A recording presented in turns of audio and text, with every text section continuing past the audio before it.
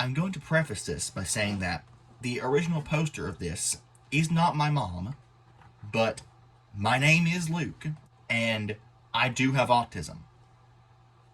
He doesn't look autistic. My apologies, Luke. Would you mind doing an autism for the lady, please? I'm about to do an autism. Okay, let me explain. This is my favorite tank. I know German heavies were unreliable. I know all the truths about them. But from a subjective standpoint of just lining up a bunch of tanks and seeing, like asking a 5-year-old or a 6-year-old which one is coolest, it has to be the Königstiger. It just has to. There's no contest. It's so big. It's so bulky. It is just. It's a tank's tank. It was invincible. It was invincible. Regardless of tracks, the reliability of fuel, metal quality, putting all the real world stuff aside, you put this, the turret front face and the front glacis plate, against any allied tank, aside from maybe the ISU or the SU-152s, this guy stops it.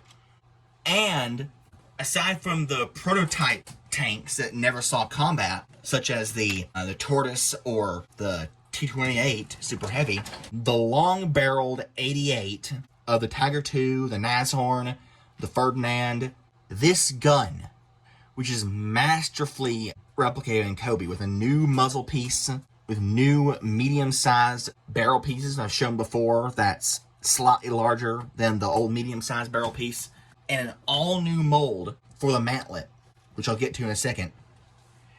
This gun would knock out, from the front, any allied tank. On paper, this is the best tank of the war. I know it wasn't. I know there are many arguments for the Sherman, the T-34, and let's be honest, one of those two is probably the best tank of the war. But on paper, you know, playing top trumps, this is the best tank of the war. And that's why I like it, because it excites the little child in me. Now, you may be wondering about the minifigure. It doesn't come with this. Well, it comes with figures, but I was able to cobble together with Cobi pieces and Lego pieces a facsimile of Erica from Girls in Panzer. And I know she's moved on to the Panzer III, but in my collection, in my display, she still commands her Tiger.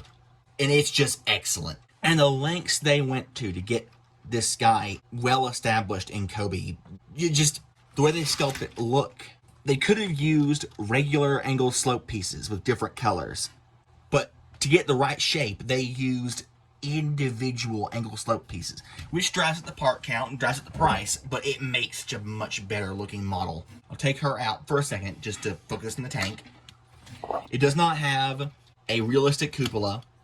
It doesn't have any prints on it, and it does not rotate like it should, but it's a modern cupola piece. It's a bit raised up, and you can just, you know, do that to mimic rotation. There is no much of interior, but it does have my apologies, it does have a breech, which we'll get to later. But look at the top even. Those are stacked up to get the correct height and to get everything to mesh and sculpt together. Those are stacked up little bar clip pieces. They're able to do that because it's not offset. A Lego, you can't stack them up together like that, but they're able to do it with the Cobi mold. It's just brilliant. There's nice printing. There's one fault. The mantlet on the real thing, it should be slightly offset. Like there should be a bulge on one side to make room for the machine gun, but they didn't do that. They made a new mold, but they didn't make it accurately molded for some reason. That's a miss. But look, the angle goes from one stud to two studs down here. The side fender, side skirts go from one stud down to two studs. And there's very little gap. You can't even tell unless you look directly from the top. It has these hose pieces, which Cobi hoses aren't long enough, so they attached it in the center, and you can still take them apart and use them as one long cable for getting the tanks out of obstacles and towing. So that's good. The engine has a starter crank handle and the hole where you put the crank in. It also has a dual function, that piece. The rear fenders, they get you angled any way you want to, and they sit well. They mesh well. They have the old shovel piece, which works well still, and the old sprocket gear piece, which works well. The tracks, though, the wheels, have these little bits that where the torsion bars stick out, which even the Panther doesn't have. The newer Panther. They roll incredibly well. And look at this building technique. The way the side skirts are attached just doesn't the side connection. And you'll see there, that's actually a dual print. You see, that's one big piece. It's tan, but it's printed with green. And the color matching is amazing. Lego wouldn't have done that. Look at that, though. Those are railing pieces. The way you build this up, and that piece is also dual printed, you attach them, these little pieces, with rails. And it's all a flexible thing. And then when you straighten it out, when you fold these, it just thoops, and then it stays by friction. And sometimes they come off, but you know, they normally don't, because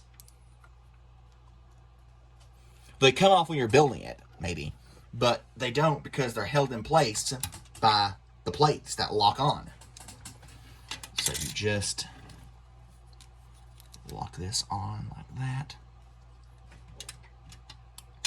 Lock this on like that. Sorry you can't see the best what I'm doing. It's an odd angle. Then you lock these on. Then it stays in place. It's solid. It's sturdy. It has that very slight upward slope. And unlike some other designs for side skirt pieces you can kind of fiddle with, you just peg it on, no muss, no fuss. Now, let's go to the proportions. Look, they got the slight hump upward and the kind of domed shape almost of the front fenders, which are pretty well locked in place. They can move a little bit, but they're not going out. They're not gonna, flop around everywhere. I did put the old machine gun style piece on because I don't like the way the new one looks on the Tiger. I think it should have the barrel shroud. They were able to get the swinging hatches to actually work for the driver and for the radio operator. And you can stand figures in there, but they do tend to stand up a bit higher than I would like. But modern Cobi sets, you've seen, they fix that. You can open the back of the turret, and there's two little slots in there. Now I'm going to hit the turret off for this to focus on it. Has the modern connection. You just saw some things fell out. This was one of the first sets, it may have actually been the first, to introduce these ammo pieces, which you've seen them before. A figure can hold them. And you can simulate a loading process, kind of. So you slide one in on this side, and you slide one in on this side, and you close it up, and it holds it. And I'm going to hit the turret. I'm going to take the roof off for this, but it's open in there. And there's not a hole there for the breech, the gun. It does not attach the gun, it doesn't move. And there's no way with the turret roof on you could do this. But, get these out. You can actually, theoretically, again, if there's like Toy Story and they were real, you could load some around into the back, put it into the ammo rack, grab it from the ammo rack, and slide it into the breech. And it goes all the way in. I'm not putting it all the way in, though, because it's a bit of a pain to get out. That's excellent. You really only know that if you're building it. Now, the Tiger II is my favorite tank, as I've said, and the proportions like on this guy, I know the Tiger 2's proportions. They got this spot on.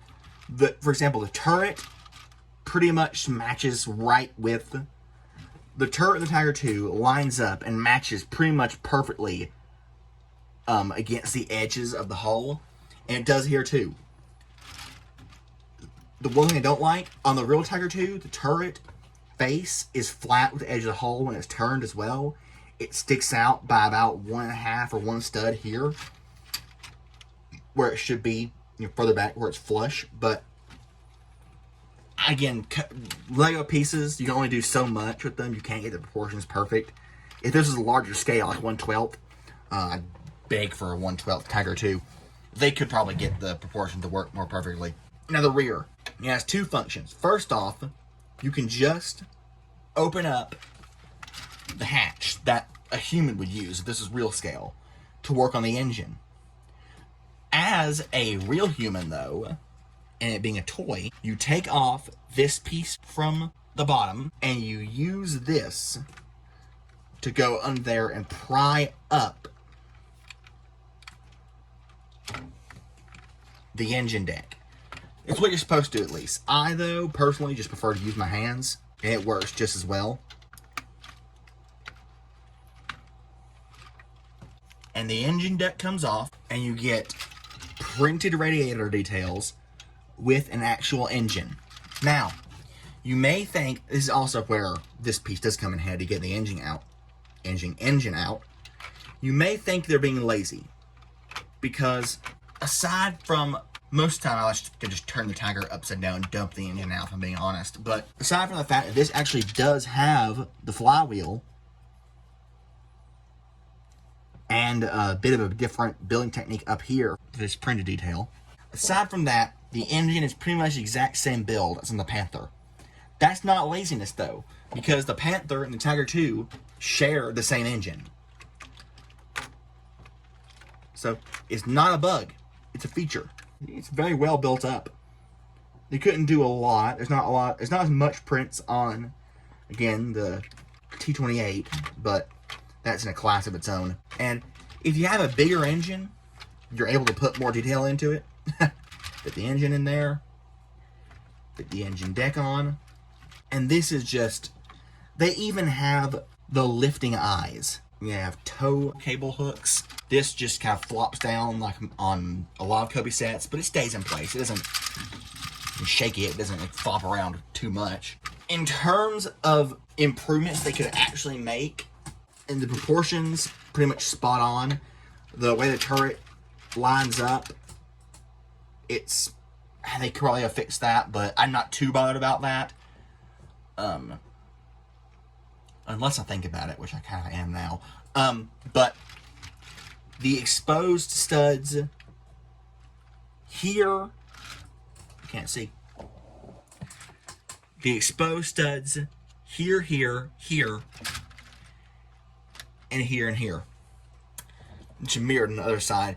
I think they could have done, I don't know if they could have done anything here. They may have been able to with some smaller pieces. I don't know if they could have done anything up here. I'm really doubtful about that. But here, they could have definitely just put a plate or an angled plate on there. But that might have bulged out too much. I don't know. But otherwise, it's like spot on.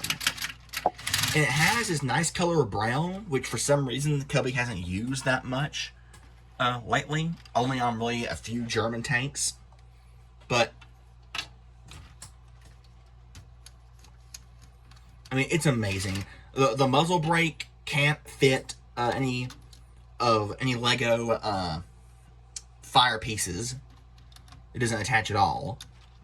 But Cobi hopefully will make some fire pieces one day that will attach. And they were able even to get, the first Cobi Tiger 2 didn't even have this very slight angle on the turret face, which most people wouldn't even know about, but it's slightly angled. And it's just, I love this so much. The Tiger 2 is the only 1/16 RC tank I have. It's amazing. And honestly, in a few years, it's going to be too expensive to be able to get your hands on well. But right now, They're trying to clear stocks. There's a few sales. You can get this guy for like $75, $70 if you wait.